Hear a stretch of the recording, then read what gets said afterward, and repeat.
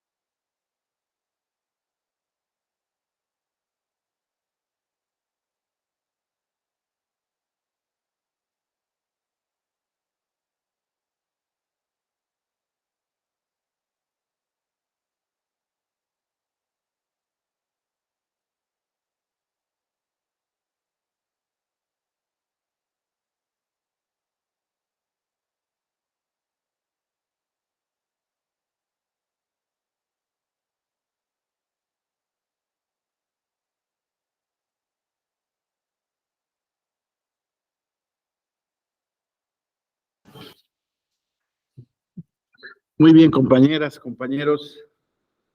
Iniciamos esta segunda sesión del módulo que estamos analizando, que es el tema de los derechos políticos, derechos humanos como derechos políticos. Ya casi estamos todos.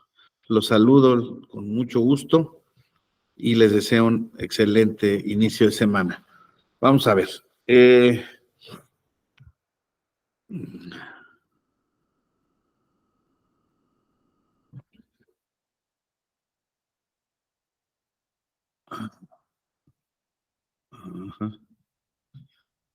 Veíamos la clase pasada entonces que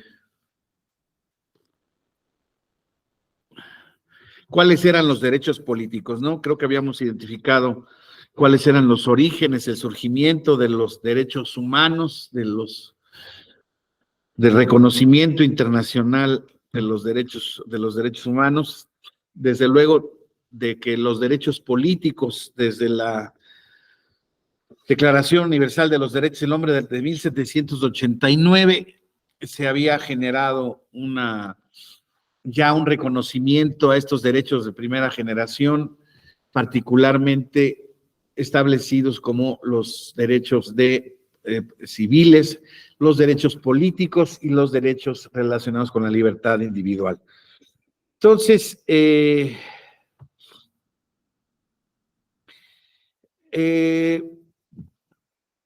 incluso habíamos concluido la vez pasada que la opinión consultiva número 5 de la Corte Interamericana había establecido el derecho a la libre expresión de las ideas como piedra angular de la existencia misma en la sociedad democrática. Entonces, digamos, en términos políticos, el derecho de expresión, de libre expresión de ideas, también es un derecho con contenido político, ¿sí? Entonces, eso, si bien es cierto, digamos, es no una conceptualización clásica, porque ya sabemos que la libertad de expresión tiene muchísimas vertientes también, pero desde luego que a mí me parece muy importante identificar que desde el punto de vista político, este derecho de la libertad a la libre expresión de ideas es fundamental.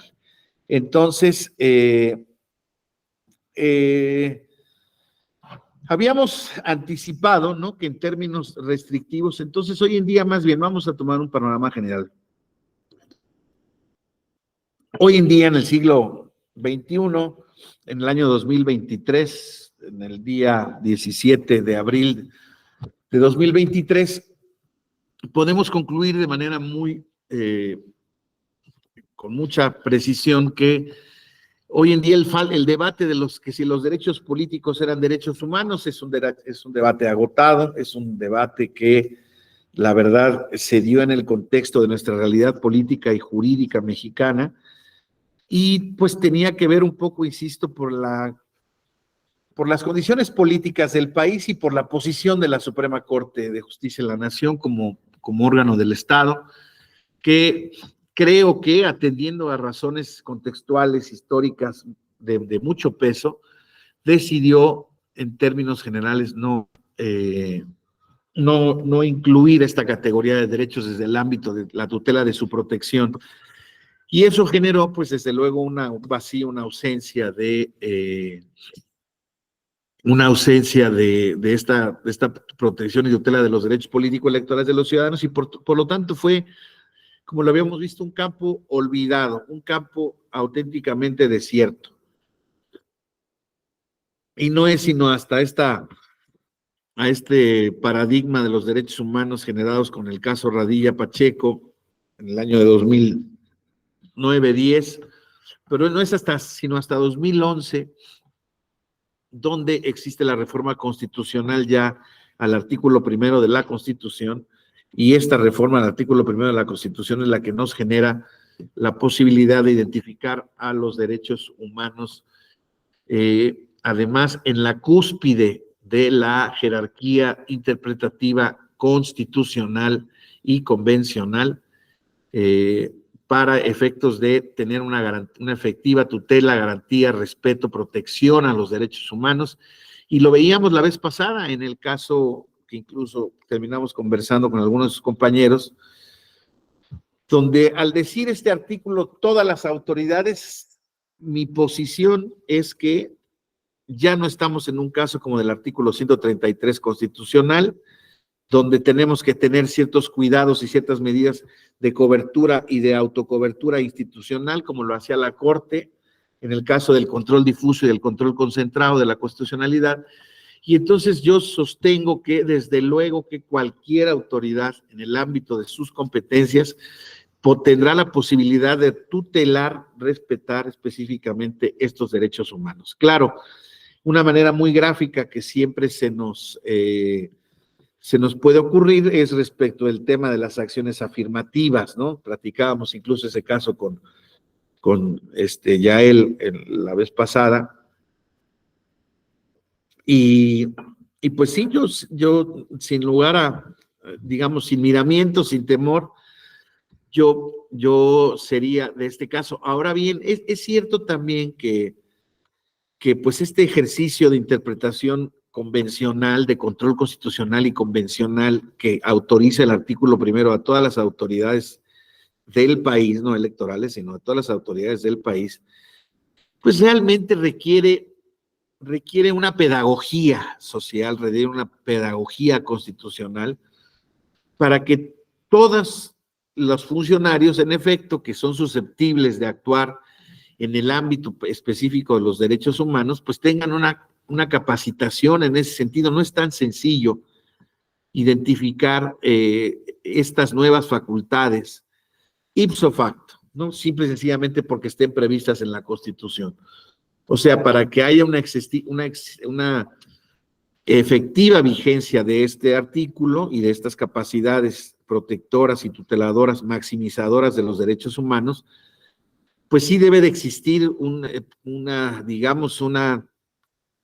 labor de permeo por toda la sociedad, por todas las autoridades, primero para que los ciudadanos sepan que existe esta posibilidad, que las autoridades estamos obligadas o están obligadas a tutelar sus derechos humanos y que existen vías específicas para su reconocimiento y para su tutela. Sin embargo, la verdad es que en la práctica hemos visto poco estos ejercicios, ¿no?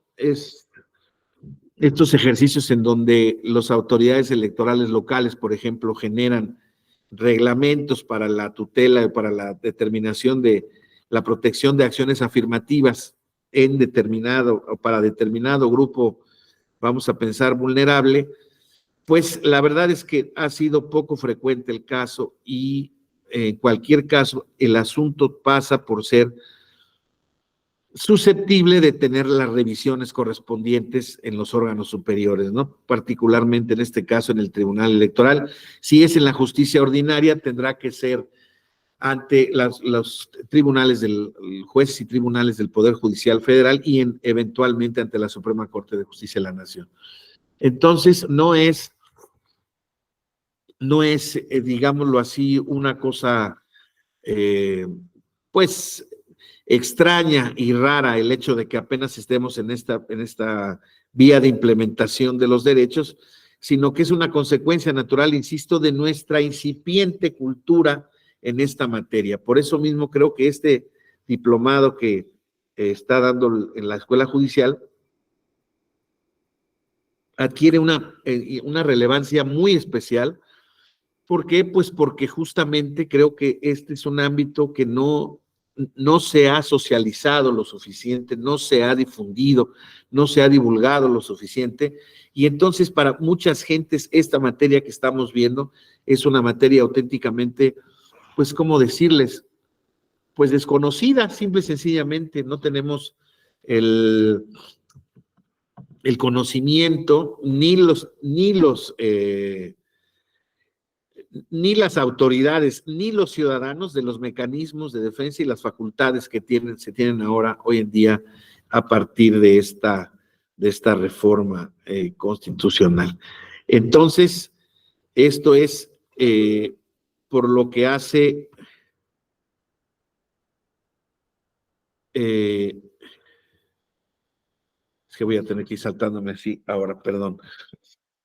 Entonces, el efectivo ejercicio de los derechos es muy importante, de los derechos políticos particularmente, porque de ellos del efectivo derecho a los ejercicios, del efectivo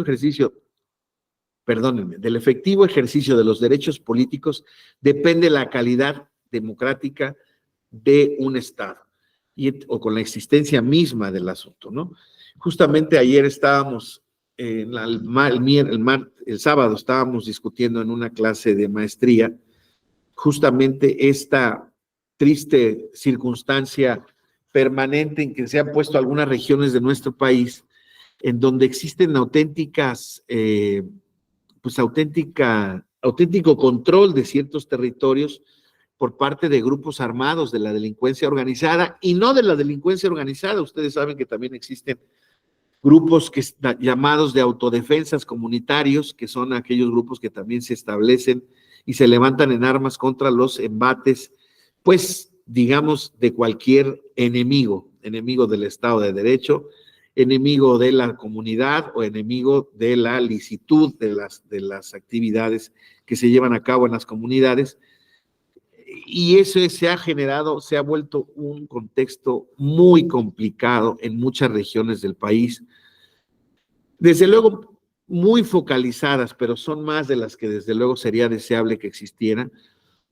Y entonces hemos visto cómo estos riesgos, estos grupos armados, grupos que se supone pueden ser de orden delincuencial o de orden protector, pero al final el camino se hace al margen de la ley, han generado diversas distorsiones en algunas elecciones, particularmente estábamos estudiando dos en el año de 2021, la elección de la gubernatura de Michoacán y la elección del año pasado del estado de Tamaulipas, en donde auténticamente la parte que impugnaba, las partes actoras, los partidos políticos que no obtuvieron el triunfo, pues se quejaban un poco se quejaron precisamente de la existencia de que estos grupos armados generaban presión en el electorado, en los representantes de los partidos, en los funcionarios de las mesas directivas de casilla, y eso generaba naturalmente pues una distorsión indeseable y perversa al resultado de las elecciones. Y en ese sentido, pues lo que se ha generado ha sido criterios en donde se ha obligado, si bien es cierto, no se han anulado las elecciones, porque no se ha encontrado la manera de identificar una generalización en todo un estado. Sí, se han focalizado en algunos municipios, ¿no? Algunos distritos electorales, pero no en todo el estado, pero sí se ha quedado acreditado constancias o circunstancias de violencia generada por estos grupos. Por parte del tribunal se ha ordenado al Instituto Nacional Electoral que en coordinación con las instancias federales correspondientes, pues se tomen en cuenta políticas públicas destinadas a ir, no erradicando, es una facultad que no está conferida al instituto naturalmente, pero sí con las instancias competentes, ¿no? Erradicando de la mejor manera o tratando de prever, identificar los puntos, las zonas conflictivas y ver algunas políticas que permitan generar que las elecciones en esas zonas pues sean lo menos conflictivas posible. Claro, mientras la existencia de los grupos armados o del crimen siga existiendo y no exista un control sobre los mismos, evidentemente me parece que en términos específicamente prácticos, será muy complicado el analizar, el que estas prácticas se disminuyan.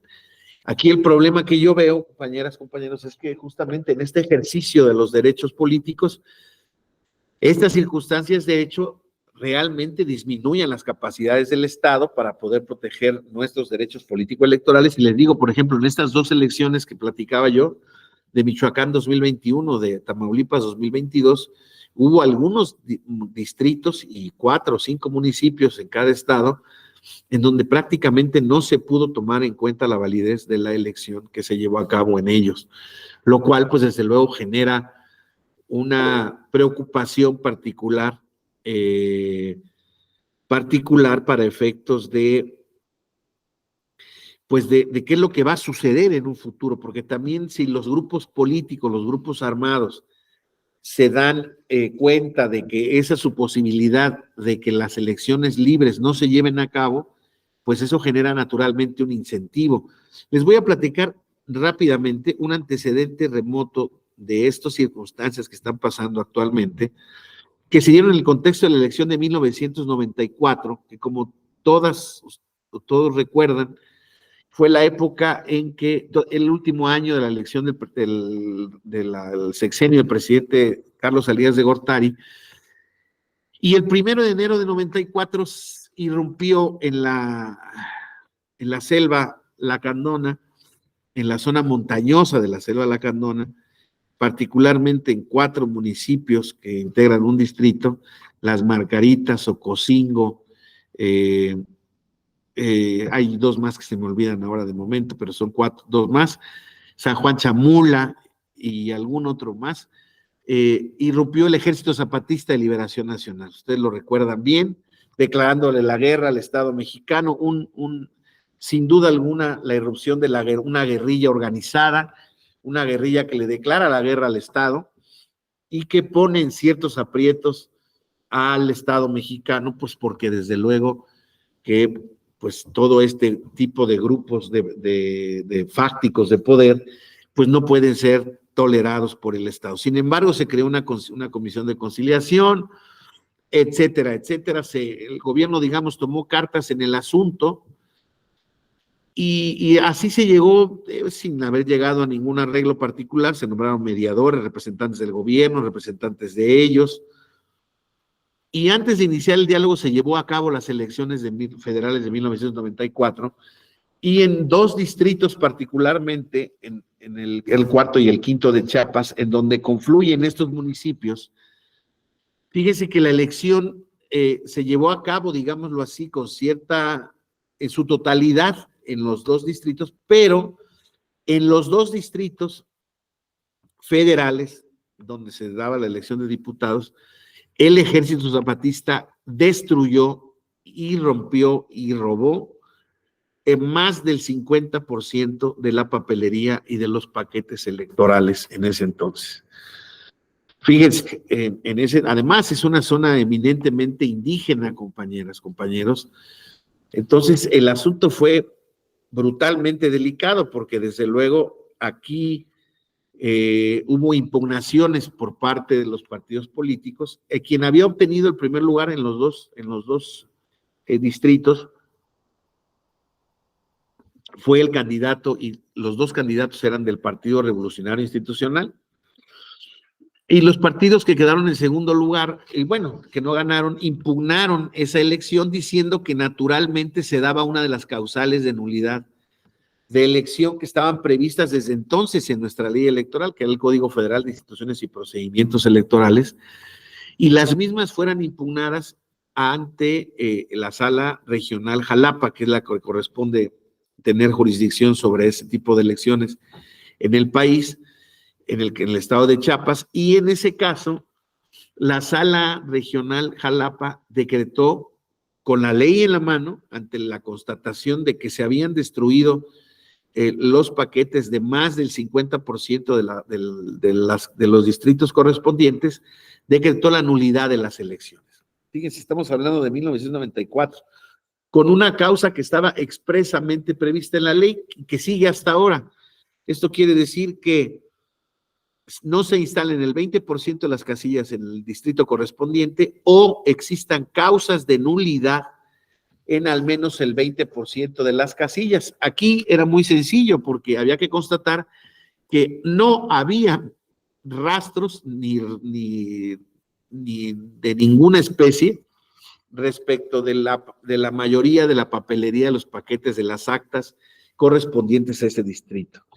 Y entonces la Sala Superior, pues prácticamente cuando llegó el asunto tenía la intención, la natural, digámoslo así, pues la natural intención de anular la elección porque estábamos en un supuesto previsto por la ley. Sin embargo, recuerdo muy bien las discusiones de la magistratura en ese entonces, y en general los magistrados estuvieron de acuerdo en esta circunstancia que les estaba yo diciendo. Si nosotros anulamos esta elección, entonces les estamos mandando el mensaje de que la validez de las elecciones puede estar a manos de ese grupo armado o de cualquier otro. Cualquier otro grupo que se organice y lleve a cabo una quema de material, robo de urnas o genere problemas, incidentes en la mayoría de las casillas, pues entonces las elecciones tendrán que ser declaradas nulas. Y justamente en este tema, pues en este inicio de jurisdicción constitucional tenemos que hacer una sentencia inteligente.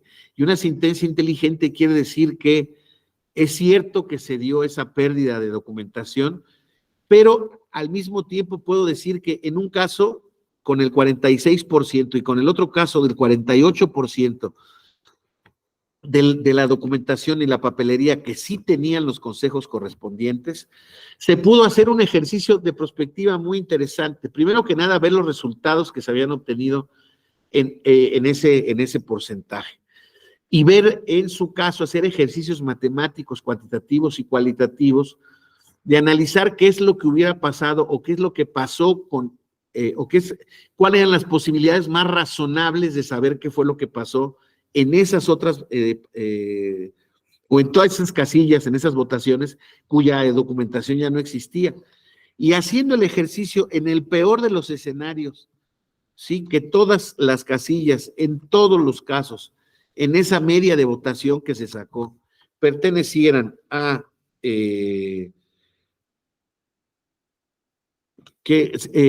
digamos que se había generado,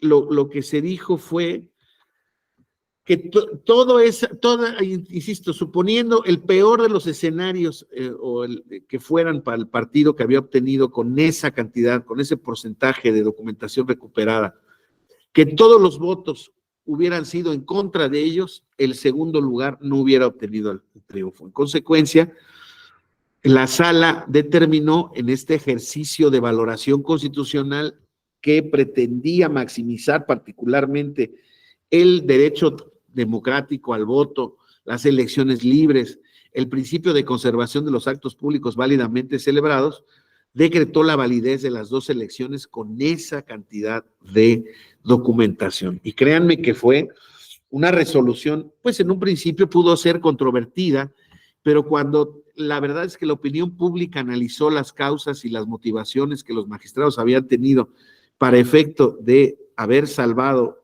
el voto ciudadano en esos dos distritos y no dejar a la voluntad o a la actividad de este Ejército Zapatista de Liberación Nacional, entonces la verdad es que las decisiones, las dos sentencias fueron tomadas con mucha aceptación y les digo, posteriormente, incluso en esas zonas, no ha vuelto a pasar un incidente de esa naturaleza. Ha vuelto a pasar en otros lados, pero se han tomado las mismas resoluciones. Y eso pasó justamente en las sentencias de las gubernaturas de Michoacán y de Tamaulipas a las que me he referido, en donde sí se pudo constatar la existencia de grupos armados que estaban presionando en diversos municipios a los electores, de lo cual se concluyó que pues había que restarle al resultado de la votación la votación en esos municipios, en esas zonas, donde en esas casillas, donde específicamente se había logrado verificar que hubo zona de influencia de estos grupos, pero aún descontando esa votación del cómputo total, el resultado seguía o el ganador seguía siendo el mismo. Entonces, también se hizo una ponderación, una valoración de lo importante que es la conservación de los actos públicos válidamente celebrados, y la verdad es que estos dos ejemplos a veces me hacen reflexionar, porque yo la verdad es que he estado siempre he estado en desacuerdo en que las actitudes contra la ley no tengan sanción, pero este tipo de cuestiones es distinta. Entonces, aquí sí creo, o comparto la opinión de la mayoría de los magistrados del tribunal, que desde siempre han tenido esta posición de que no podemos dejar en manos de grupos criminales, de grupos subversivos, de grupos radicales contrarios al Estado, la posibilidad de hacer actos vandálicos que puedan anular una elección. No, lo cual no quiere decir que ante algún caso concreto no pueda ocurrir, desde luego que puede ocurrir, sobre todo en algunos temas municipales donde las elecciones son sobre un universo muy pequeño de casillas, muy pequeño de ciudadanos, donde definitivamente la posibilidad de influir al 100% en el resultado es altamente posible. Ahí, creo yo, no ha habido ningún supuesto en ese sentido. Sería muy difícil en ese sentido tutelar los derechos humanos o el derecho al voto emitido particularmente. Y la verdad es que pues son cuestiones a no desear, pero la verdad es que sí, es un asunto complejo que es propio, ahorita es muy recurrente en nuestro país. Esperemos que hay muchas zonas de Guanajuato, zonas de Tamaulipas, zonas de Sinaloa muy complejas, en donde esperemos hagamos votos porque las elecciones se puedan seguir llevando a cabo. Y en su caso, pues no lleguen a haber actos de tal incidencia que impidan que se celebren elecciones constitucionales. Hay que desearlo. Hay varios protocolos establecidos por el instituto, pero al final del camino, compañeros, aquí no hay poder humano que en su caso pueda evitar este tipo de actos. Entonces, la verdad es que es un tema delicado y no quiero generar mayor alarma ni preocupación al respecto. Cada proceso electoral, el Instituto Nacional Electoral, junto con la Secretaría de Gobernación y la Secretaría de la Defensa y la Marina, establecen ciertos protocolos y ciertas garantías de cuidado para la elección, que en la elección no influyan este tipo de circunstancias, pero pues naturalmente, les vuelvo a insistir, son circunstancias de hecho que por mucho que se puedan planear y por muchos efectivos que se desplieguen al efecto, estamos hablando de la instalación de casi 140,000 casillas, compañeros, no alcanza cuerpo policíaco ni militar para efectos de impedir este tipo de actividades. Entonces, es una problemática que le quiero, porque esto tiene que ver justamente con temas que vamos a ver al ratito, que es el tema de la horizontalidad de los derechos humanos. Entonces, como parte de la progresividad de los derechos humanos, se han reconocido los derechos políticos, además, en las comunidades indígenas, autóctonas u originarias, para que se respeten sus formas de participación política dentro del contexto de una sociedad democrática. Estos asuntos de comunidades indígenas han sido asuntos también muy relevantes respecto de la tutela de sus derechos político-electorales. Ya veremos que ellos, perdonen, además de sus derechos político-electorales, que como todo ciudadano de un país, de una comunidad política, tienen derecho a ser ejercidos, es cierto que ellos tienen condiciones de las cuales se derivan diversas tutelas adicionales al ser grupos especiales de atención, ya sea porque han sido vulnerados o discriminados o porque necesitan atención especial para una efectiva integración en la sociedad del país, de qué se trate. En el caso de México, como ustedes saben, el artículo 2 también reconoce la composición pluricultural de nuestro Estado, y entonces, en este tema de los derechos, de las elecciones que se llevan a cabo por usos y costumbres, eso ha generado una labor interpretativa del tribunal de manera tal que pueda ser compatible los derechos de autotutela y de autoorganización que tienen las propias organizaciones indígenas, reconocidas por la Constitución en el artículo 2, pero también en la máxima, o sea, digamos, en la máxima compatibilidad, ¿no? Respecto de que sus usos y costumbres no violen o no descarten el ejercicio de derechos que se estiman fundamentales. Por ejemplo, en un inicio, cuando conocíamos de este tipo de asuntos en muchas comunidades indígenas, particularmente recuerdo del estado de Oaxaca, pero también los existían en otros estados, las mujeres no votaban, compañeros, hasta en el año 1996, 97, 98, 2000, 2005.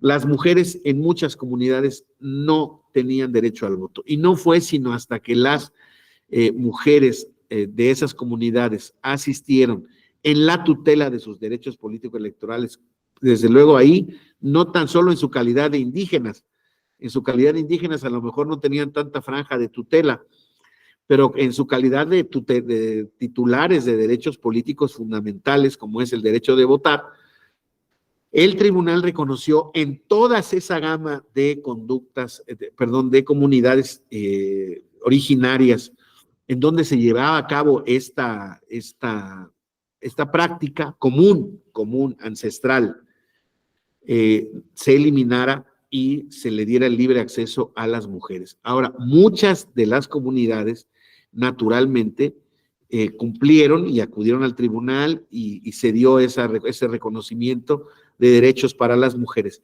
En muchas otras comunidades, las votaciones siguen siendo iguales. En el ejercicio de su autoorganización, digámoslo así, la comunidad acepta las reglas que se da con tal de que no venga un tribunal externo a interferir en sus tradiciones ancestrales. Entonces, en muchas sigue pasando eso, pero pues eso ya no es un problema auténtico de tutela del Estado, entre tanto no exista un acto controvertido ante las autoridades correspondientes y competentes del país, porque, pues como lo hemos platicado, eso queda a la aceptación y al orden específico de los derechos de cada quien. ¿Esto qué quiere decir? Si a mí yo estoy sufriendo una opresión o una injusticia por parte de una autoridad de cualquier índole administrativa, vamos a decir así, y tengo diversas actividades que sé que están violando mis derechos, mi derecho al debido proceso, y me están instaurando procedimientos, y yo no me defiendo y decido no acudir a las instancias, puede ser que el asunto sea de por sí injusto, pero el Estado no tiene la posibilidad de tutelar mi derecho, en tanto que yo no estoy accionando esas posibilidades del Estado. Creo que eso queda muy claro, ¿no? Que los derechos humanos tienen también este halo como de resolutores de cualquier problema de injusticia o desigualdad ante la ley. Y desgraciadamente vemos que no, que la efectiva implementación, tutela, protección y garantía de los derechos humanos es un tema pendiente, permanentemente pendiente por parte de los estados en todo el mundo, y cada uno encontrará la forma de ir tutelando de la manera más progresiva esta tutela de los derechos humanos. El concepto que debe de prevalecer en este contexto de los derechos humanos es el de igualdad ante la ley y no discriminación para grupos sociales. Hemos visto entonces ahí que este tipo de tutela, naturalmente, pues parte también de un reconocimiento en la teoría constitucional de que es lícito por parte del Estado el tener actitudes preferentes o preferencia o tratar de manera preferente a ciertos grupos en donde el trato igualitario ante la ley realmente o paradójicamente consiste en hacer tratos especiales ante las condiciones particulares de cada individuo. Ahora bien, vamos a diferenciar los derechos políticos de los derechos político-electorales. Entonces, vamos a ver, primero que nada podríamos identificar que los derechos políticos son una categoría, ya lo vimos, de los derechos humanos y los derechos fundamentales. Y ahora, de estos derechos debemos identificar los propiamente electorales, que son aquellos que se ejercitan en el desarrollo y ejecución de los procesos electorales, esto es, de las elecciones. Naturalmente, los derechos que son políticos, pero que además son electorales, son esencialmente el derecho activo de votar, el derecho pasivo de ser votado, en las modalidades de acceso y mantenimiento al cargo que son de esencia electoral y que se instituyen como una subcategoría de estos derechos políticos. Les platicaba yo también al principio de esta plática que no ha sido sencillo identificar cuáles son estas vertientes de tutela que pueden tener o deben tener los derechos políticos y los derechos político-electorales en el ámbito nacional. ¿Por qué? Porque simple y sencillamente al momento de establecer, y ya veremos cómo la protección interamericana más o menos adolece de los mismos problemas. ¿Esto qué quiere decir? Quiere decir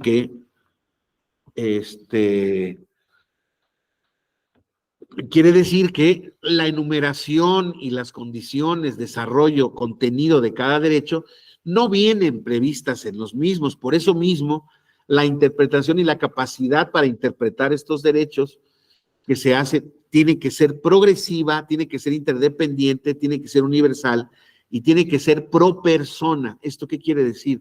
Cuando hay un conflicto de interpretación entre las facultades interpretativas de un Estado y las facultades ejecutivas también de un Estado, y la posible afectación, vulneración de un derecho humano, el operador debe de resolver siempre en favor del derecho humano de la persona.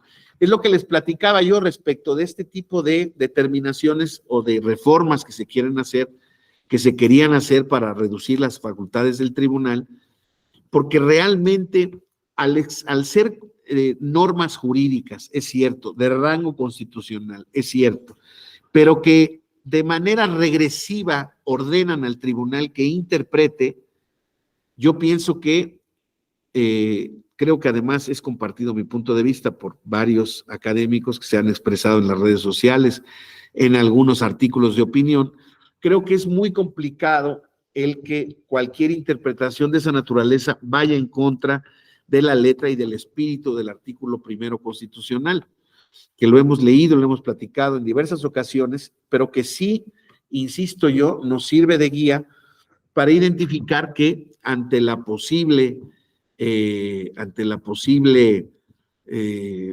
reforma o disposiciones que tiendan a minimizar, restringir, no tan solo los derechos, sino las facultades de quien puede interpretar y aplicar los derechos, pues yo pienso que una interpretación armónica, por muy posterior que sea la norma, siempre debe de resolverse en una materia de conflicto a favor de la interpretación o de las facultades de una autoridad que potencialice, insisto, garantiza y protege los derechos humanos.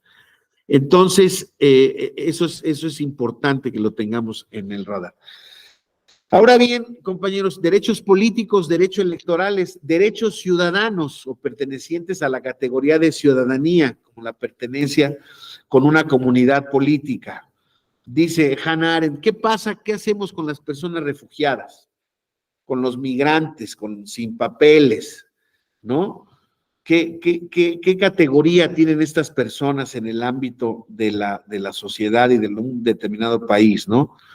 Entonces, la visión de ella es una visión muy totalizadora de los derechos fundamentales, donde dice que el concepto de ciudadanía no debe de ser dependiente de la pertenencia a una nación, ni del lugar donde se nace, ni del dominio de un idioma, sino simple y sencillamente del compartimiento de una vida en común en el marco de una comunidad política. Y creo que no le falta razón, ¿eh? Yo creo que esa es la posición más liberal que han defendido no tan solo ella, sino muchos teóricos del derecho constitucional, el derecho político constitucional, porque se establece precisamente que esto es uno de los grupos vulnerables que mayor atención debe de tener o debe de preocupar o debe de generar en la academia y en los tribunales, es este grupo de las personas migrantes, de las personas de calle, pero particularmente de los migrantes, ¿verdad? Porque son personas que van huyendo de su país o de su comunidad política originaria en busca de condiciones de vida, vamos a decirlo en términos generales, de vida, ya no digamos ideales, sino posibles. ¿Por qué? Porque la vida para ellos se les ha hecho imposible. El problema es que todos ellos encuentran que la única solución, yo no sé si eso sea correcto o no, pero todos ellos llegan a la conclusión de que la única solución es ir a trabajar a los Estados Unidos o emigrar hacia los Estados Unidos de América, lo que ha generado desde luego problemas migratorios entre diversos países de la región, particularmente entre Estados Unidos y todos los demás países, pero particularmente con el país con el que tiene la frontera más grande y más transitada del mundo, que es la frontera que tiene con México, ¿no?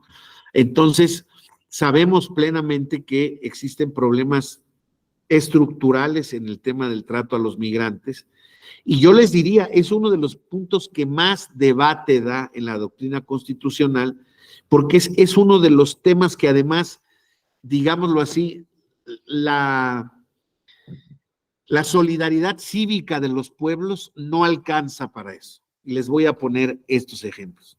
Ven ustedes que tenemos oleadas de inmigrantes que van recorriendo nuestro país en diversas ciudades, en cualquiera que sean las ciudades en las que estén, muy probablemente pasan, en algunas otras no son tema de tránsito, pero todas aquellas en donde pase el tren este famoso, la Bestia, que parte de Tapachula, Chiapas, y va hasta Nogales, Sonora, y pasando por un montón de estados de la República, va derramando migrantes. Eso por un lado. Y por otra parte existen auténticas caravanas de gente que atraviesa el país contra la voluntad del Estado mexicano y va por grupos más o menos grandes, generando pues un tránsito hacia los Estados Unidos como su lugar de destino. Pero ha pasado, compañeras, compañeros, que en ese tránsito, en ese trance, muchos de los migrantes que están transitando encuentran un terreno fértil, el mexicano, el suelo mexicano, el país de México, para poder hacer aquí su vida diaria, como me digan. Incluso, perdóname, Incluso, digamos, en su condición de gente no tan solo migrante, sino de gente que no tiene un lugar para vivir. No sé si les pase, por ejemplo, en la ciudad de Guadalajara hay un montón de colonias de hondureños, salvadoreños, nicaragüenses, incluso guatemaltecos, que particularmente de esos países que se van acomodando en diversas partes de la ciudad y ellos ya no siguen el tránsito a otros lados. Ellos se quedan radicando en la ciudad, pues en una situación de calle, ¿verdad? O sea, limpian vidrios, piden dinero, venden hojitas de palmas secas con diversos motivos, haciendo cruces, haciendo figuras, haciendo flores. No sé si les ha tocado. No tan solo en Guadalajara, además pasa eso, pasa en algunas otras ciudades del centro y del norte del país, pero estas comunidades se quedan ahí, ¿no? Y uno de los puntos importantes es, estas personas, ¿qué calidad tienen, no? Pues migrantes, pero no tienen ni un documento, no tienen ni siquiera un papel, un acta de nacimiento del país donde nacieron. Recuerden ustedes que muchos de ellos van transmigrando o van emigrando de sus países, recogiendo sus cosas más básicas en una mochila, producto de auténticos desalojos que hacen grupos armados, grupos militares, grupos paramilitares de esos países, en donde auténticamente los expulsan o ellos prefieren irse así y no toman sus papeles. Entonces son gente, digámoslo así, sin identidad, sin patria, sin derechos, compañeras, compañeros. O sea, son circunstancias que verdaderamente, si uno se pone a analizarlas, dan escalofríos de la terrible precariedad con la que vive toda esta gente. Además, que se vienen a sumar, ¿no? A las grandes comunidades, a los grandes cinturones de pobreza que existen en nuestro país, en diversas ciudades, en diversas poblaciones, en donde, bueno, si bien es cierto, ellos tienen su credencial para votar, tienen de alguna manera su identidad reconocida, pues vienen un poco a formar parte disruptiva del modo de vida de esas personas. Entonces, los primeros que no los quieren son estos, ¿no? Son los nacionales. Ya no digamos las gentes que van, digámoslo así, sufriendo, no sufriendo, pero van viendo su trato y las consecuencias que estos grupos pueden traer. Eso que puede pasar en nuestro país es un sentimiento común en todos los países del mundo.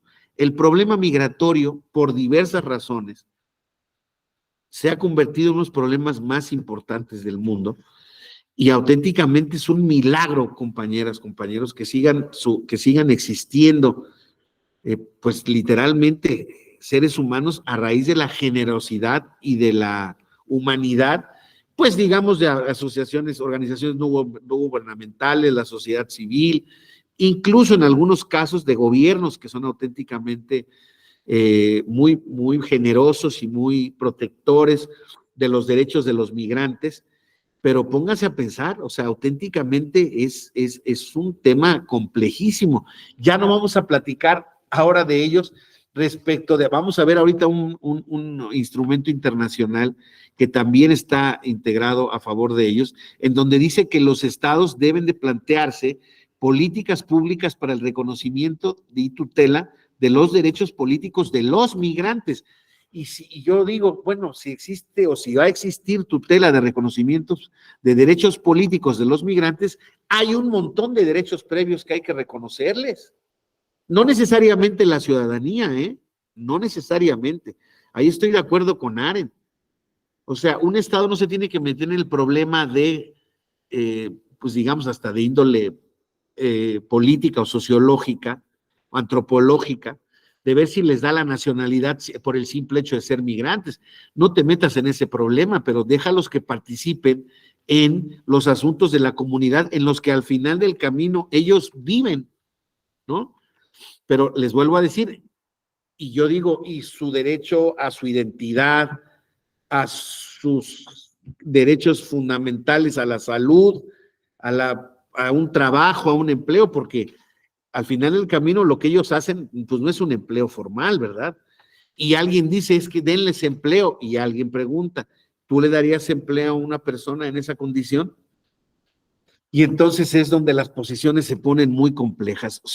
Pero eso, insisto, que pasa grandes cinturones de migrantes en las regiones. Ustedes saben que España tiene 2 ciudades fronterizas con el país de Marruecos en África, y en esas 2, en Ceuta y Melilla, se generan grandes campos de migrantes y refugiados que quieren cruzar a la España continental. Y lo hacen en barcos que les llaman pateras, los españoles, pero así también África, del África subsahariana, de Egipto, de otras partes de África, de Argelia, emigran o quieren emigrar a Italia. Y en Italia hay grandes cinturones de refugiados también ya en las islas, en Sicilia, en Cerdeña, y esas zonas del sur de Italia, en las zonas de Turquía, de Yugoslavia, en fin, ¿qué les puedo decir? El fenómeno migrante es un fenómeno que auténticamente genera un montón de temas y está íntimamente relacionado con esta cuestión de la ciudadanía, ¿no? Entonces, volviendo al asunto, entonces dice Hannah Arendt, el tema ciudadano, debemos reconocer derechos ciudadanos a aquellas personas que regularmente están establecidas en una comunidad. Híjole, sí, está muy bien, insisto, la determinación y la proclama. El problema es bajo qué condiciones y bajo qué requisitos, ¿no? Y ahí es donde viene nuestra problemática permanente, ¿no? Yo les he dicho, bueno, pues el artículo primero ahí está, que la autoridad migratoria no le pudiera dar una nacionalidad, una residencia a los migrantes que no pueden abandonar el territorio, ya sea porque no hay posibilidades de deportarlos, posibilidades físicas, y porque Estados Unidos no los admite. Yo creo que sí. Ahora, admitirlos como residentes de alguna manera genera ciertos derechos para el Estado que pueden ser incumplidos y posteriormente pueden ser reclamados, y que el Estado no se quiere echar este problema a la bolsa, ¿no? Entonces, son problemas muy delicados. Este tema de los derechos fundamentales, de los derechos humanos, y máxime su relación con los derechos políticos, con los derechos ciudadanos, es muy complejo. Entonces, esta visión de los derechos humanos es más amplia para el concepto de ciudadanía, ya que supone una noción universal y supranacional de los derechos humanos. Digámoslo, en términos de Hannah Arendt, ustedes saben, una judía que sobrevivió al genocidio espantoso de la Segunda Guerra Mundial, y se ha vuelto pues un referente en la protección de los derechos fundamentales, porque ellas dicen, esa universalidad pasa porque todos los seres humanos, no importa dónde estemos, tengamos reconocimiento de todos y cada uno de nuestros derechos humanos. Entonces, pues sí es un tema muy importante a dejarlo ahí anotado en los problemas actuales de los derechos fundamentales, ¿no? Insisto, veíamos en las primeras concepciones de la clase pasada, sí, claro, toda persona por ser hombre tiene derechos de los hombres, derechos humanos, y cada persona que tiene reconocida su pertenencia a un país tiene esos derechos humanos que se pueden transmitir o trasladar a ser derechos fundamentales porque tienen el reconocimiento y tutela de la Constitución local. Pero ya quedamos que el reconocimiento más amplio es aquel que lo tienen los instrumentos internacionales. Los instrumentos internacionales, desde luego, son signados por Estados parte, y los reconocimientos, los convenios internacionales suponen de alguna u otra manera ciertas categorías y conceptos que son propios de la nacionalidad.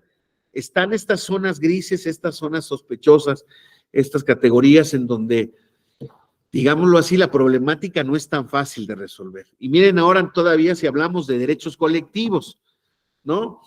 Aquellos ya derechos de cuarta, tercera generación, donde el titular ya no es un sujeto en lo individual, un individuo, sino un conjunto colectivo, un grupo social.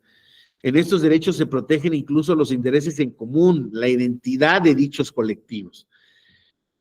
Podríamos, en términos generales, decir que a partir del derecho de autodeterminación o del derecho a la libre desarrollo de la personalidad del individuo, por parte, por ejemplo, una parte los indígenas, por otra parte las comunidades, la comunidad LGTBQ más, se me ocurre en primer momento, ¿no? Tienen derechos esta tercera generación, ¿no? Los grupos étnicos tienen derecho al desarrollo económico, todos los ciudadanos tenemos derecho a un medio ambiente sano, a la paz, al desarrollo. Estos derechos se llaman como derechos al desarrollo, ¿no? Y entonces forman parte, insisto, de una generación de derechos en donde ya los operadores de los mismos, tanto autoridades como tribunales, deben de ver a estos entes colectivos como un titular independiente. Esto poco a poco se ha ido logrando en nuestro país, por ejemplo, el reconocimiento de las acciones de clase en la materia del amparo, que, como ustedes saben, se está creando a raíz de las acciones de las class action que se dan en el derecho anglosajón, en donde se reconocen a clases de grupos y particularmente de ciudadanos, particularmente que han sido afectados o que forman parte de un colectivo que tiene determinados derechos por el simple hecho, por ejemplo, de haber consumido una determinada medicina durante determinado tiempo que genera efectos adversos en sus cuerpos, por decirles algo. Las acciones de clase son aquellas donde los individuos que tienen una problemática común, independiente y no necesariamente reconocida en los derechos fundamentales, pero que sí inciden desde luego en el derecho a la salud, en el derecho a tener un ambiente sano, etcétera, etcétera.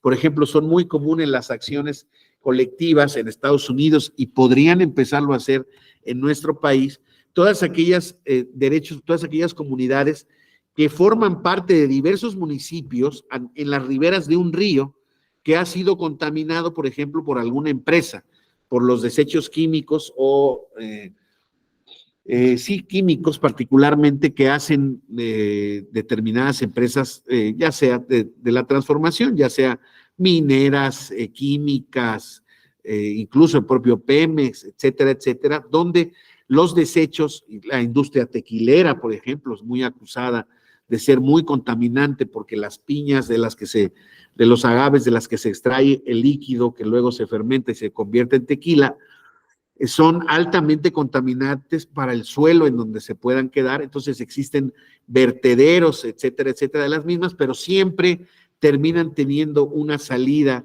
al río, y en el río esos líquidos literalmente se vuelven en auténticos componentes muy perjudiciales para la salud. Para empezar, hacen el agua de los ríos contaminada y entonces no susceptible para la utilización humana en ningún sentido, ni para la pesca, ni para el baño, ni para la toma, etcétera, etcétera, ¿no? Y entonces estas acciones colectivas se han generado para generar este tipo de tutelas a estos derechos ya más amplios, de desarrollo un poco más, pues no, pues quizás civilizatorio, ¿no? Estas consecuencias de la civilización y la tecnificación y de esta última revolución industrial que estamos viviendo, en donde auténticamente se puede ver que cada vez la acción humana puede ir generando mermas en los derechos fundamentales de los individuos. Compañeras, compañeros, les voy a pedir unos momentitos, unos 3 minutos, 4 minutos, para poder hacer una escala técnica y volvemos en 5 minutos. Gracias.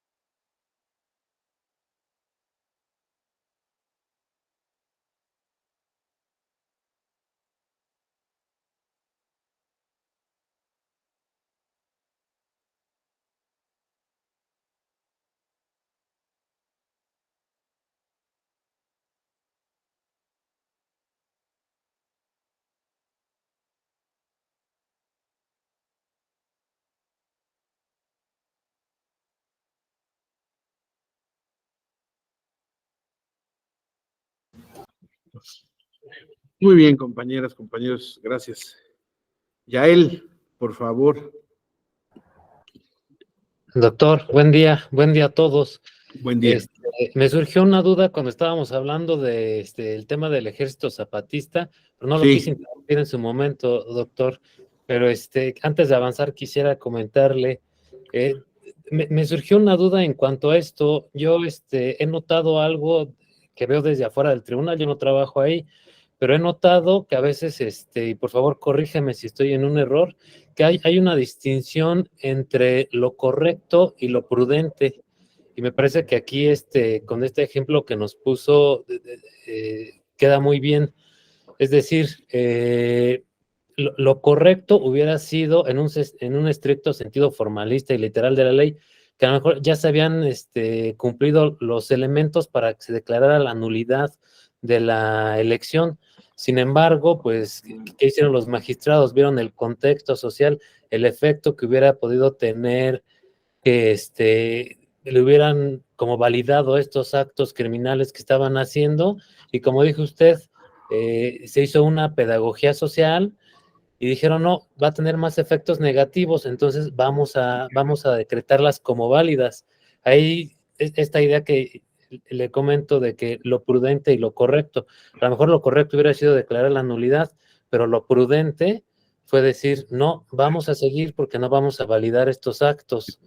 Entonces, bueno, lo veo desde afuera, insisto, no sé si está en un error, pero si es así, creo que incluso validaría lo que nos comentaba la compañera Cindy el día viernes, esta facultad, esa es la importancia de que el tribunal tenga esta facultad de interpretación, ahí reside su importancia, de que sí pueda hacer estos ejercicios. Y volviendo a la reforma que se está planteando, si pasara, si llegara a pasar, pues estaría limitando estas funciones de interpretación y se vería atado de manos el tribunal, ya no pudiera hacer este ejercicio de distinguir lo prudente de lo correcto. Y bueno, me gustaría estudiar estas resoluciones que decía este doctor del Ejército Zapatista. No sé si lo tuviera a la mano y nos pudiera compartir el número sí, de... déjame ver los números de expediente. Si me permites un momentito más. A ver, nada más que es que tengo que ver a ver qué pasa con el. A ver, déjame ver.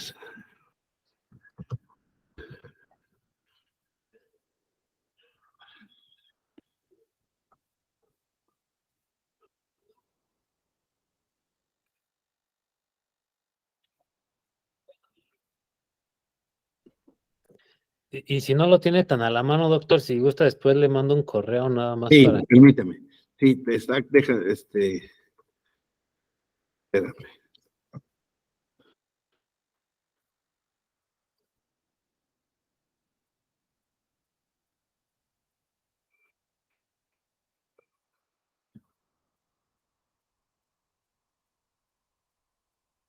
A ver.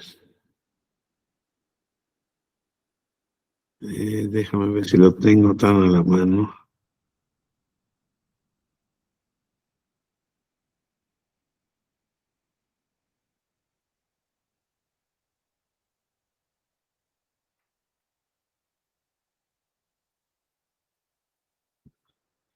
A ver. No, no está tan fácil de identificarlo. Ya él te pido una disculpa, pero mándame un correo. O sea, más bien, no lo tengo tan a la mano, es muy fácil de identificar. Nada más ahorita no tengo los elementos del buscador para generártelos tan rápidos. Pero sí, yo se los puedo poner incluso si me mandan correo, por favor, para que les diga cuáles son los expedientes. Vale la pena leer las sentencias porque auténticamente son sentencias muy bien argumentadas y muy bien racionadas. Y quería yo decirte un poco, quería referirme un poco a lo que decías de lo correcto y lo prudente. Fíjate que es que digamos, es un permanente, es un estado permanente que tiene la judicatura normal. A ver, En términos generales, vamos a hablar de la judicatura en términos generales, ¿no? Del Poder Judicial que determina o da resoluciones a casos controvertidos. Hay tribunales, hay magistrados, hay operadores jurídicos a los que se le llama de formalistas, ¿no?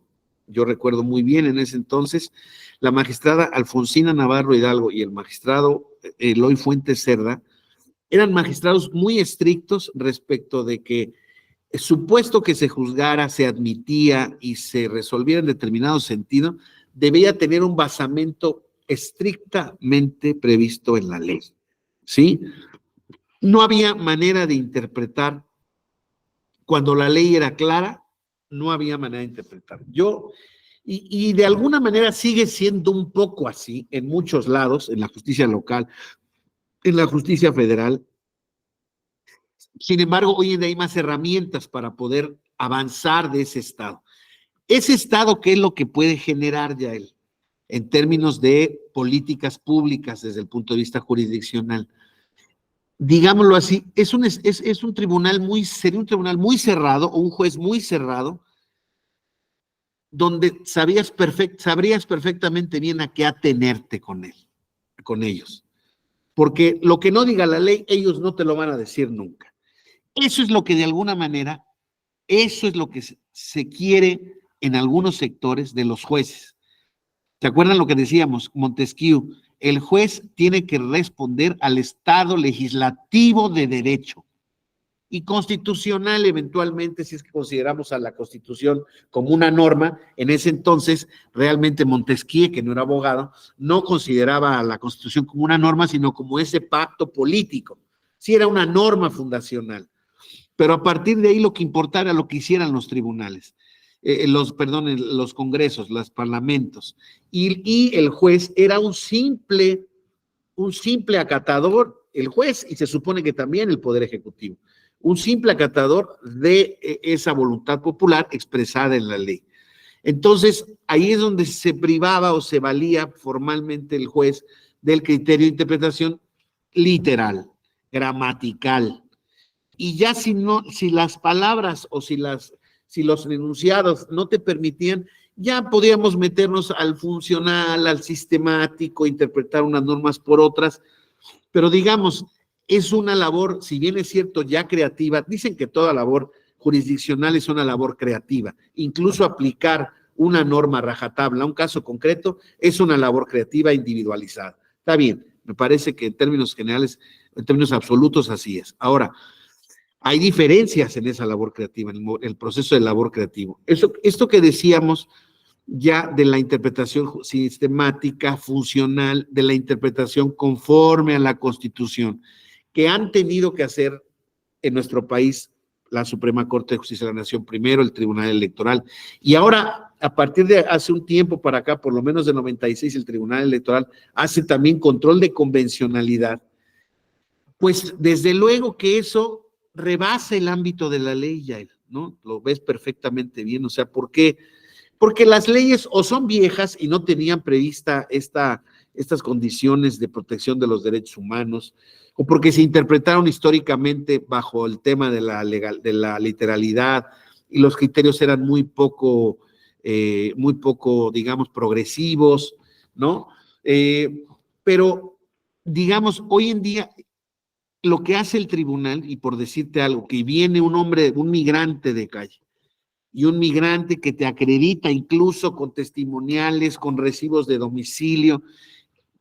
Voy a ponerte un caso totalmente, se documentó en Jalisco, no a nivel formal, porque no ha pasado a ese nivel, pero es muy probable que pase a nivel formal.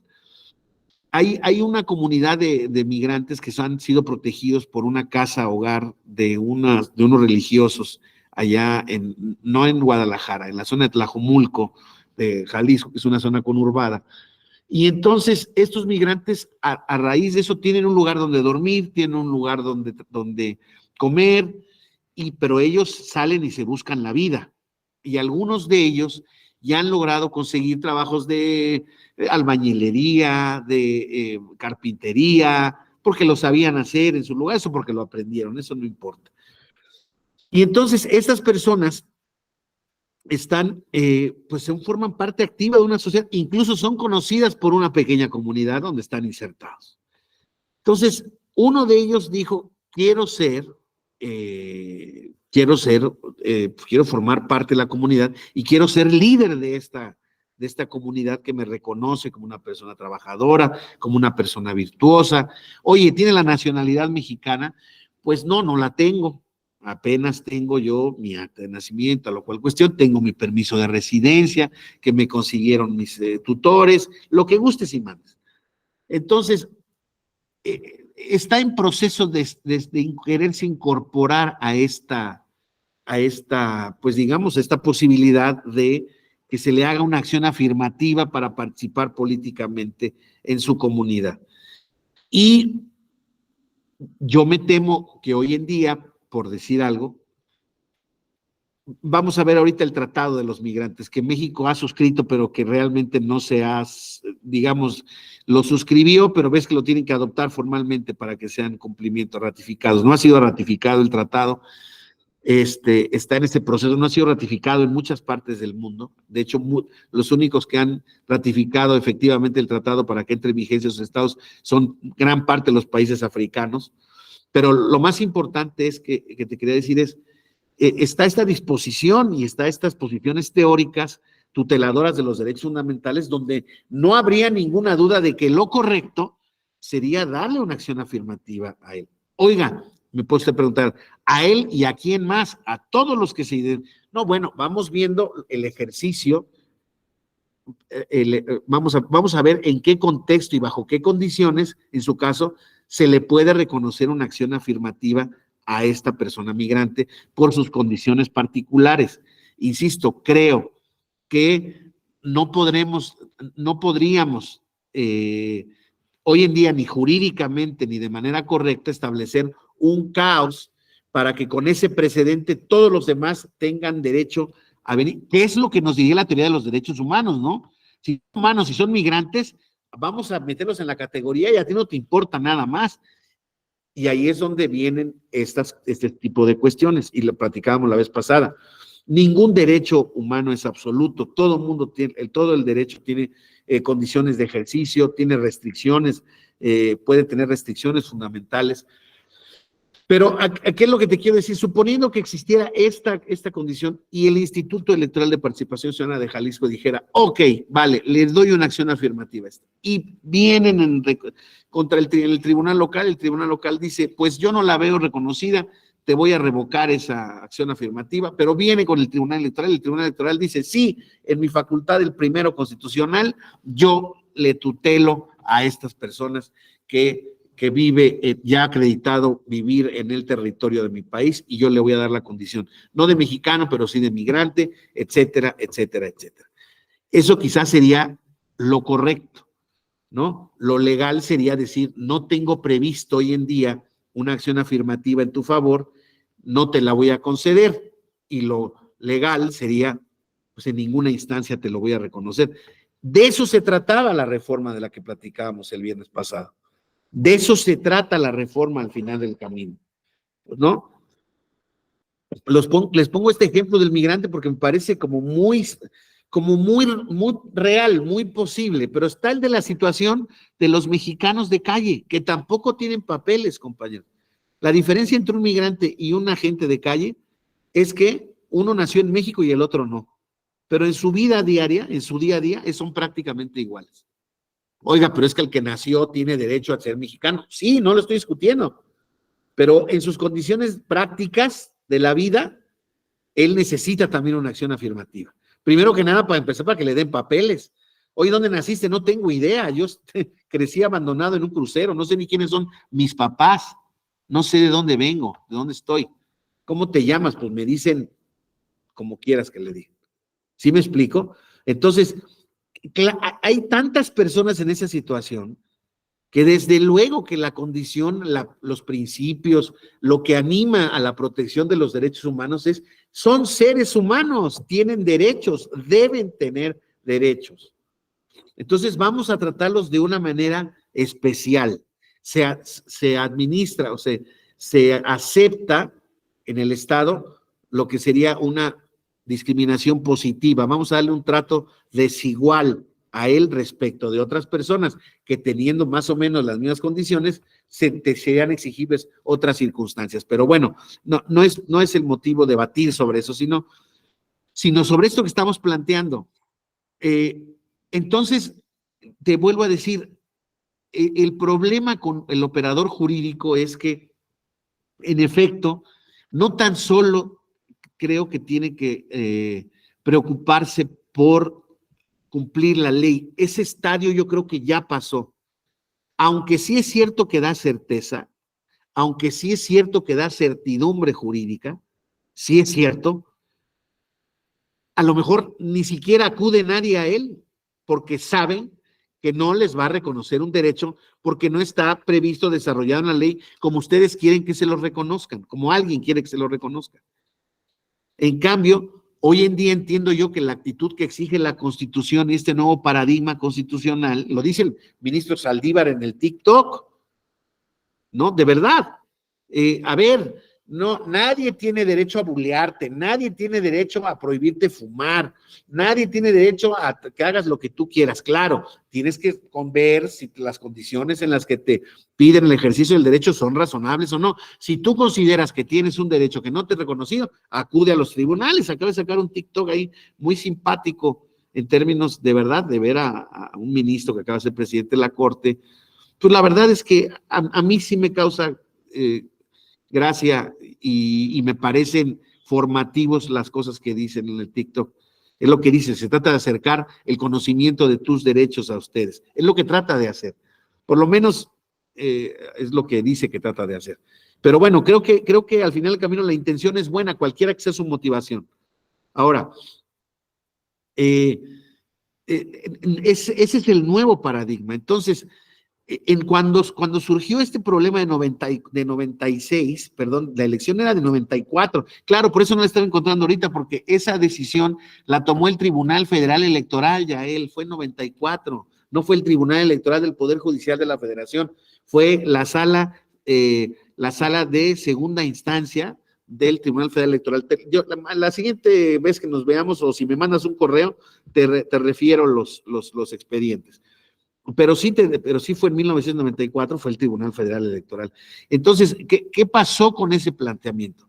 Ese planteamiento daba naturalmente para que, pues, la sala dijera lo que dijo la sala Jalapa, anuló la elección porque a rajatabla se dieron esas condiciones.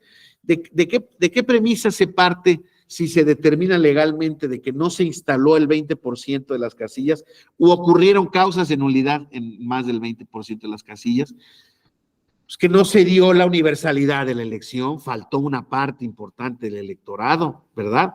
Entonces es una causa suficiente para que si tú lo actualices, lo anules.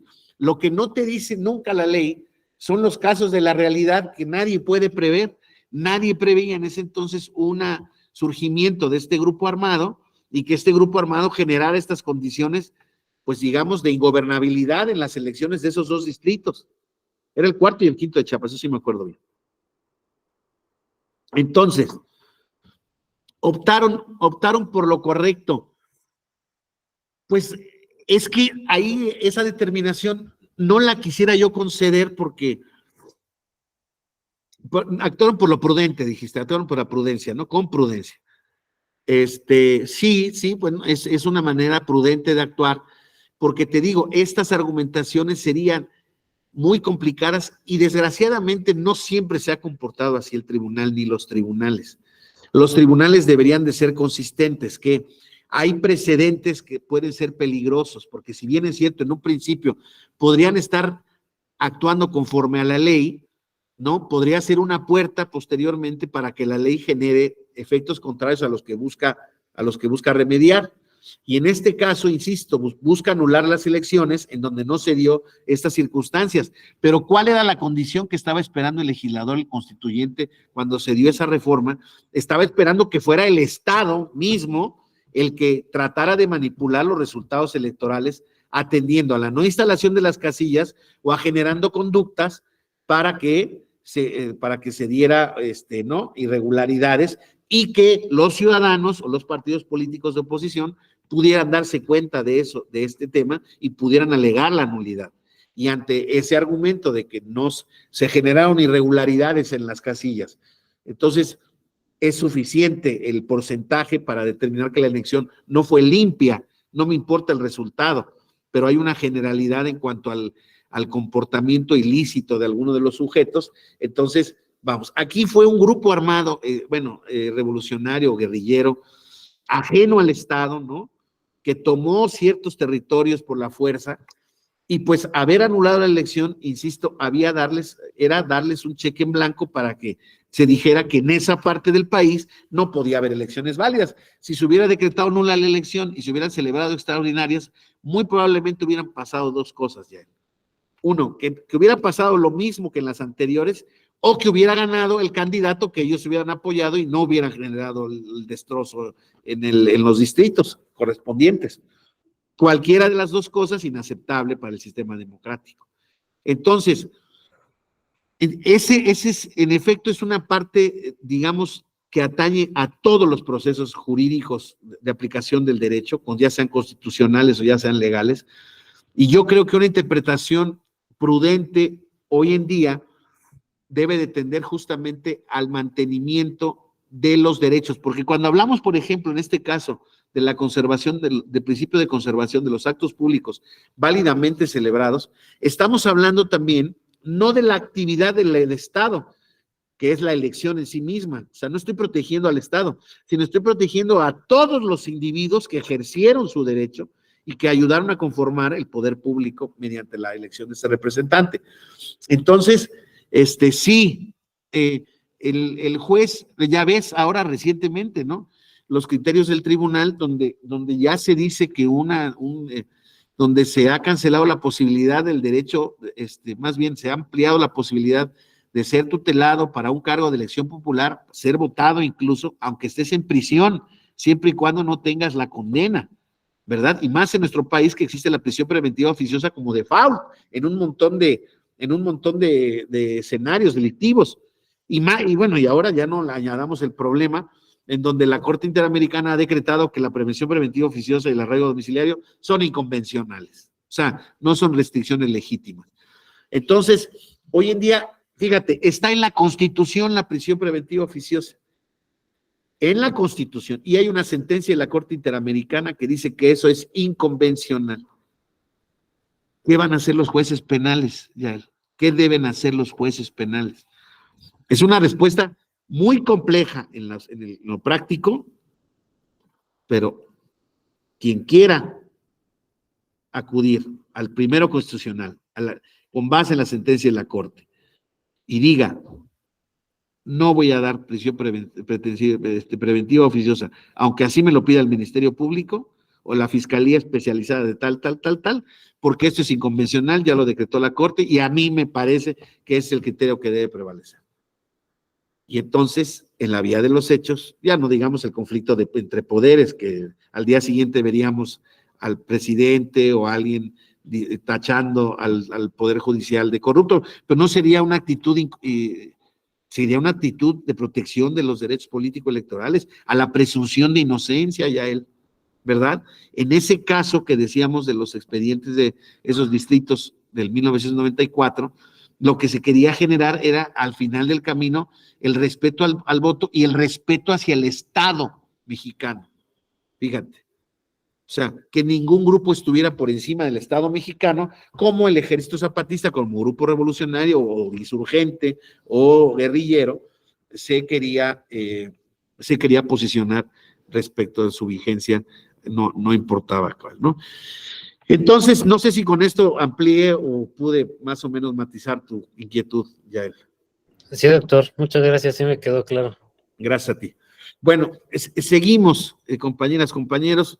Estos derechos políticos como derechos humanos, pues desde luego están protegidos por nuestro sistema interamericano de derechos humanos. Ya platicábamos de la sentencia del caso Castañeda, por ejemplo, que si bien es cierto, no fue una sentencia que haya ido en contra o el reconocimiento de los derechos políticos electorales en nuestro país, en la práctica sí generó esa discusión y al final del camino, a través de la acción jurisdiccional de Castañeda, tanto en la justicia local como en la justicia internacional,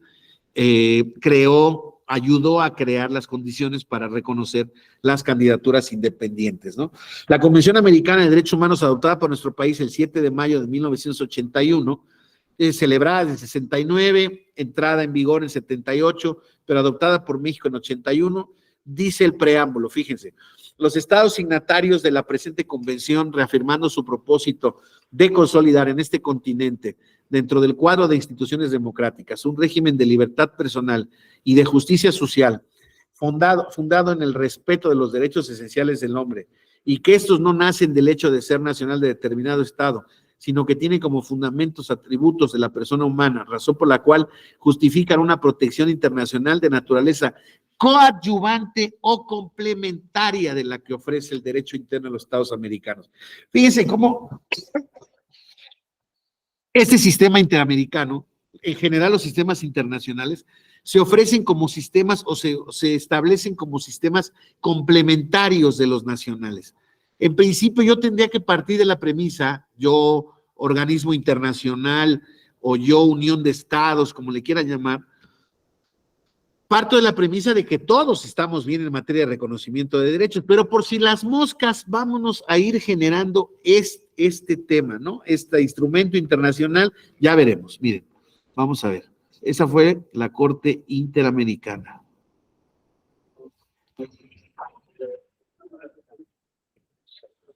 Dice, la convención establece el artículo 23, dice los derechos políticos. Todos los ciudadanos deben gozar los siguientes derechos y oportunidades: de participar en la dirección de los asuntos públicos directamente o por medio de representantes libremente elegidos, de votar y ser elegidos en elecciones periódicas, auténticas, realizadas por sufragio universal e igual y por voto secreto que garantice la libre expresión de los electores. C, de tener acceso en condiciones generales de igualdad a las funciones públicas de su país. Fíjense cómo la convención en su artículo 23 nos establece voto activo o voto pasivo. En otro,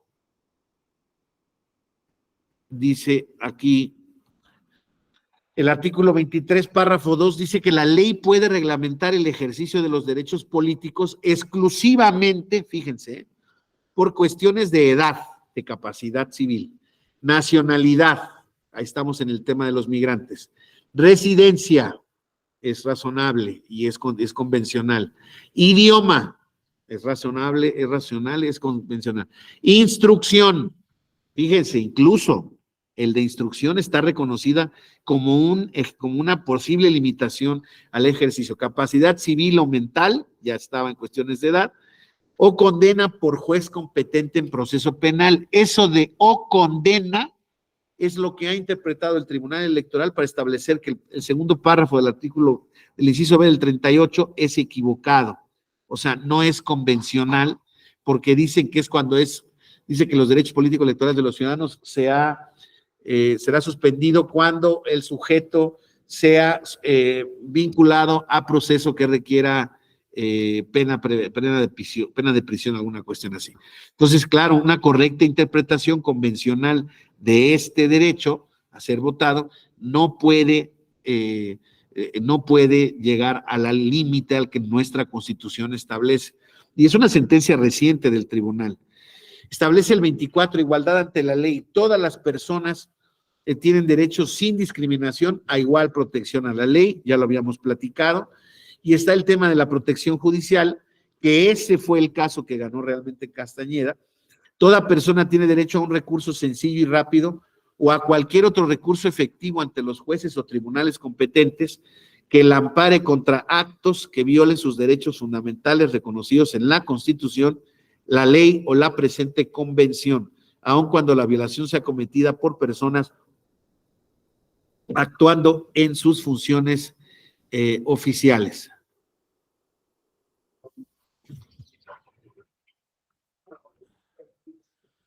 Luego existe la Carta Democrática Americana, compañeros, aprobada también en sesión plenaria de la OEA en 2001. Dice, los pueblos de América tienen derecho, el artículo primero, a democracia y sus gobiernos obligación de promoverla y defenderla, ya que es esencial, fíjense, es es el contenido básico de los derechos de los instrumentos nacionales, es que la democracia es esencial para el desarrollo social, político y económico, en este caso de los pueblos de las Américas. El ejercicio de la democracia representativa es la base del Estado de Derecho y los regímenes constitucionales de los Estados miembros de la OEA. País no democrático, país que no puede ser un país, un régimen constitucional. Lo hemos platicado también bastante. Son elementos esenciales de la democracia representativa, entre otros, el respeto a los derechos humanos, las libertades fundamentales, el acceso al poder y su ejercicio con sujeción al Estado de Derecho, ¿verdad? Entonces, esta misma Carta de Derechos Americanos dice: la celebración de elecciones libres, justas, basadas en el sufragio universal y secreto como expresión de la soberanía del pueblo, el régimen plural de partidos y organizaciones políticas y la separación e independencia de los poderes públicos. La democracia es indispensable para el ejercicio efectivo de las libertades fundamentales y los derechos humanos, su carácter universal, indivisible e interdependiente, consagrados en las respectivas constituciones de los estados y en los instrumentos interamericanos internacionales de derechos humanos. Entonces, fíjense cómo vamos ampliando esta tutela. Está la la Declaración Americana de los Derechos del Hombre. Esta ya es vieja y es prácticamente simultánea también a la Declaración Universal de los Derechos Humanos en el seno de la ONU, pero fue aprobada en Bogotá en la Conferencia Internacional Americana en 48, básicamente en la misma corriente de la ONU, ¿no? Dice el artículo 2: todas las personas son iguales ante la ley y tienen los derechos y deberes consagrados en esta declaración, sin distinción de raza, sexo, idioma, credo, ni otra alguna. El artículo 20 dice: toda persona legalmente capacitada tiene derecho de tomar parte en el gobierno de su país directamente o por medio de sus representantes y de participar en las elecciones populares que serán de voto secreto, genuinas, periódicas y libres. Fíjense cómo, si bien es cierto, los derechos políticos no vienen desarrollados de la manera en la que los conocemos ahora, en nuestra Constitución o en nuestra tipología de los derechos políticos electorales, pero naturalmente quedan ahí comprendidos, ¿no? El artículo 21 también establece que toda persona tiene el derecho de reunirse pacíficamente con otras en manifestación pública o en asambleas transitorias en relación con los intereses comunes de cualquier índole, naturalmente los políticos. Y el 22, dice: toda persona tiene el derecho a asociarse con otras para promover, ejercer y proteger sus intereses legítimos de orden político, económico, religioso, social, cultural, profesional, sindical o de cualquier otro orden. Entonces, esta Declaración Universal, alguien me podría decir: oiga, ¿por qué vamos como los cangrejos para atrás? Bueno, es que empezábamos por el instrumento americano, que sin duda, insisto, está inspirado por esta Declaración Universal de los Derechos Humanos del 10 de diciembre de 48. Toda persona tiene, dice el artículo 20, tiene derecho a la libertad de reunión y de asociación pacíficas. Y el 21 dice: tiene que participar en el gobierno de su país directamente o por medio de sus representantes libremente elegidos. Tiene el derecho de acceso en condiciones de igualdad a las funciones públicas de su país. Fíjense, toda persona, ¿no? Estamos ahí aclarando que no hay cuestiones de raza, sexo, instrucción, etcétera, etcétera. La voluntad del pueblo es la base de la autoridad del poder público. Esta voluntad se expresará mediante elecciones auténticas que habrán de celebrarse periódicamente por sufragio universal e igual y por voto secreto u por otro procedimiento que garantice la libertad del voto. Entonces,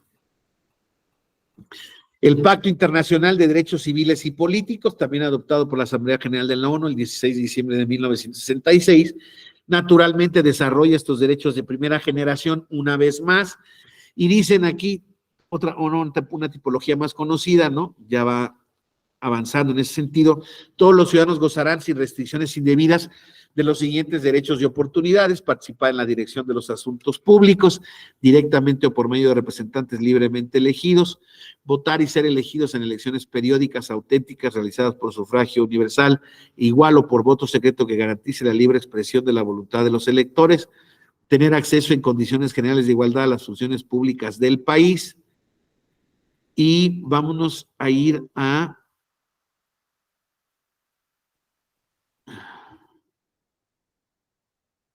la Convención Internacional sobre la Eliminación de todas las formas de discriminación racial, también de 1969, dice: los derechos políticos, en particular el de tomar parte en las elecciones, elegir y ser elegido por medio del sufragio universal e igual, el de participar en el gobierno y en la dirección de los asuntos públicos en cualquier nivel, y el de acceso en condiciones de igualdad a las funciones públicas.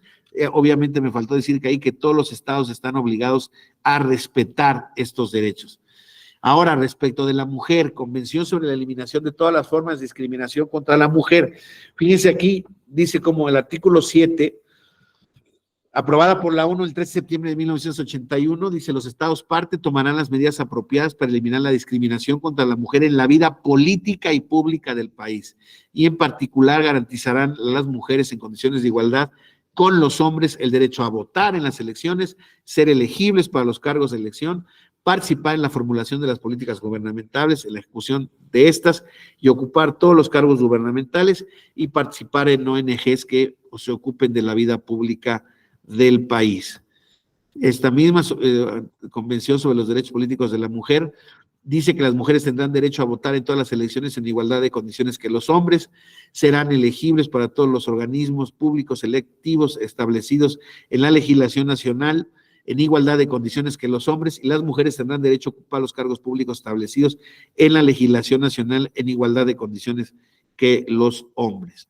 Luego tenemos el convenio 169 sobre la Organización Internacional del Trabajo sobre pueblos indígenas y tribales, donde dice que el artículo 6, este es de 1990, los gobiernos deberán consultar a los pueblos interesados mediante procedimientos apropiados, y en particular a través de sus instituciones representativas, cada vez que se prevean medidas legislativas o administrativas susceptibles de afectarles directamente, establecer los medios a través de los cuales los pueblos indígenas puedan participar libremente en la adopción de decisiones en instituciones electivas que les conciernan. Este artículo es vital, compañeros, para el desarrollo y para el respeto a los derechos de las comunidades indígenas, porque este convenio 169, en esta consulta que se prevé vinculante en el artículo 6, inciso A, muchas veces no se lleva a cabo cuando se llevan reformas que afectan sus derechos, y la Corte sostenidamente ha reiterado que si no existe esta consulta relacionada con el convenio 169 respecto de si la medida que se quiera adoptar es pertinente o no para los pueblos indígenas, es inconstitucional cualquier reforma que se quiera hacer en ese sentido. Fíjense, aquí está la Convención Internacional sobre la protección de todos los trabajadores migratorios, de la que hablábamos hace ratito, ¿no? Adoptada también por la ONU en 1990. Dice el artículo 42, los estados parte considerarán la posibilidad de establecer procedimientos o instituciones que permitan tener en cuenta el disfrute de los derechos políticos en el estado de empleo, si en ejercicio de su soberanía les concede tales derechos. Fíjense cómo esto de alguna manera, esta convención, y a veces pasa exactamente en términos internacionales, que se replica un poco lo que dicen a veces como adagio de la política, que la política es realmente el arte de conseguir lo posible sobre lo ideal, ¿no? Un derecho ideal de los migrantes sería el que se incorporaran y tuvieran los derechos fundamentales de la comunidad en la que participen. Pero es cierto que en el ejercicio y desarrollo de este derecho es muy complejo, y lo entiendo así, o sea, no crean que manifiesta una insensibilidad en ese sentido, no. Pero entiendo la problemática que existe a nivel país cuando no se tienen ni siquiera las posibilidades para poder proteger y proveer a los nacionales de los elementos más mínimos, de los derechos más mínimos, ¿no? Entonces dice, si no puedo con los mexicanos, ¿cómo le voy a hacer para los extranjeros migrantes? Y insisto, es una pregunta que no debiera existir, pero insisto, sería ingenuo el que pensara que que esto es irrelevante o no es importante para el reconocimiento de derechos para personas que forman parte de esta comunidad de inmigrantes que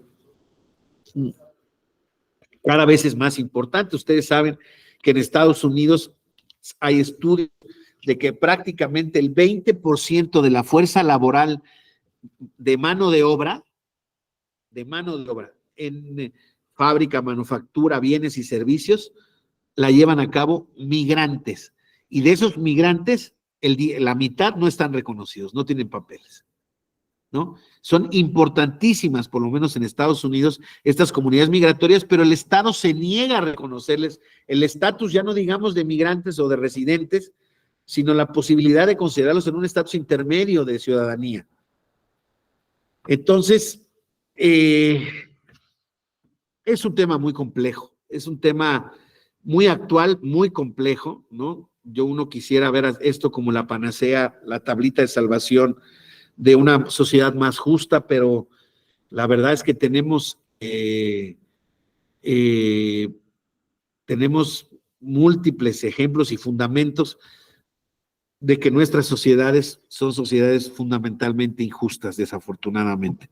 Entonces, pero bueno, los movimientos de tutela y protección de los derechos fundamentales son derechos activos, son derechos vigentes, son derechos que han logrado unas conquistas fundamentales a pesar de los políticos y de los grupos políticos de los estados de todo el mundo. Y pues el camino es hacia allá. A pesar de que hay retrocesos, hay involuciones, hay peligros, hoy en día creo que la naturaleza humana, la razón humana reclama el reconocimiento, tutela y protección de los derechos fundamentales, entre ellos los derechos político-electorales. Y bueno, pues en nosotros está justamente también nuestra obligación de promocionarlos, de asentir o de festejar o de celebrar cualquier intento y decisiones que tiendan a cumplirlos y a mejorarlos, porque creo que son reclamos auténticamente justos, legítimos y además cada vez más universales, ¿no? Entonces, la verdad es que voy a terminar justamente con esto, ¿no? Hoy en día, que es la parte final del temario que me correspondía dar el día de hoy, hablar justamente de la horizontalidad de los derechos humanos, ¿no? Siempre se ven los derechos humanos con relación a su garantía respecto del Estado. El Estado y sus autoridades, ya lo vimos en el primero, es el que está obligado a esta tutela, protección, garantía, promoción de los derechos fundamentales. Pero hoy en día está una corriente proveniente de la jurisdicción alemana, del Tribunal Constitucional en especial, donde hay corrientes y que se ha extendido a varios países de Europa y algunos países de Latinoamérica, por ejemplo en Argentina, Uruguay, donde existe la tutela horizontal de los derechos humanos. ¿Qué quiere decir? Que el orden jurídico no tan solo se tiene que hacer cargo de la violación, tutela y promoción de los derechos fundamentales respecto del Estado, sino también respecto de otros individuos. O sea, hoy en día, en la práctica diaria, vemos que muchos de nuestros derechos fundamentales son violados por ciudadanos, por privados, por partes, ¿sí? El vecino que, ya lo platicábamos, que emite sonidos altos en la noche y que dice que él puede hacer lo que quiere porque está en su propiedad, etcétera, etcétera, ¿no? El vecino que ocupa una plaza, un lugar común del condominio donde se vive, que sirve para, no sé, justamente para usos comunes, y él pone su carro diciendo que él tiene derecho porque él es propietario de esta cuestión. ¿Sí me explico? Cuestiones y tutelas de derechos que se puede hacer ante la jurisdicción constitucional, pero derivados de un conflicto no entre un ciudadano y el Estado, sino de un ciudadano frente a otro ciudadano. Es un concepto alemán que se llama la Drittwirkung, que ya ha sido muy, les digo, muy estudiada en la doctrina, desde luego, europea, pero también americana, y muy de boga en Estados Unidos, y que se llama justamente el efecto horizontal de los derechos humanos, en donde la tutela de los mismos, insisto, no tan solo tiene que ver si procurarse respecto del Estado, sino también de la posible acción negativa de individuos o grupos de individuos o empresas que pueden afectar derechos fundamentales de las personas en este contexto de interdependencia, de progresividad de los derechos fundamentales. Entonces, sin duda que el tema es un tema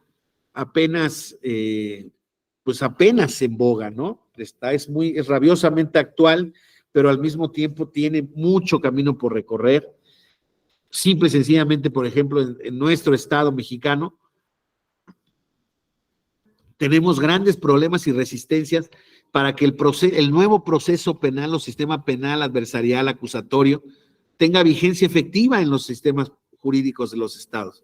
No se ha llegado a unificar la oralidad de los juicios, la inmediación, todos estos principios que en materia penal son fundamentales.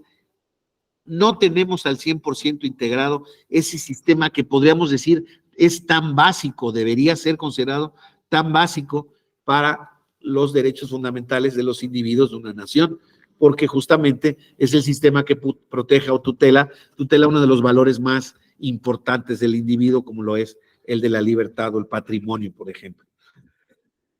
Compañeros, se nos ha agotado el tiempo, como siempre. Son temas muy interesantes, muy atractivos, pero quedan algunos minutitos.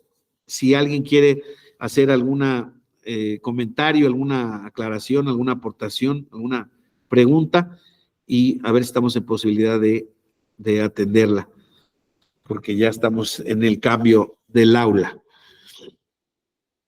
Entonces, si nadie tiene alguna participación, pues yo les agradezco, como siempre, a todos su presencia, su paciencia.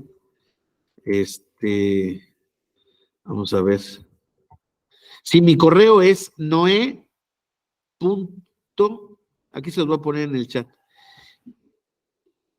noe.corso.te.gov.mx. Por favor, ahí quien se quiera dirigir al servidor, yo les puedo compartir la presentación, y en el caso de Yael, ahí está puesta la dirección de correo. Estos expedientes que tan pronto termine la clase, de inmediato los voy a identificar ahí en el buscador que tenemos todavía del sistema anterior. Y bueno, pues ojalá que haya sido de su provecho y que pronto nos podamos ver en este diplomado tan importante de derechos humanos, derechos políticos. Les agradezco mucho a todos, compañeras, compañeros, su presencia, su paciencia, ya les digo, y que tengan un excelente día. Muchísimas gracias. Gracias, doctor. Hasta luego. Buen día a todos. Gracias a todos. Hasta luego. Gracias a todos. Gracias. Gracias.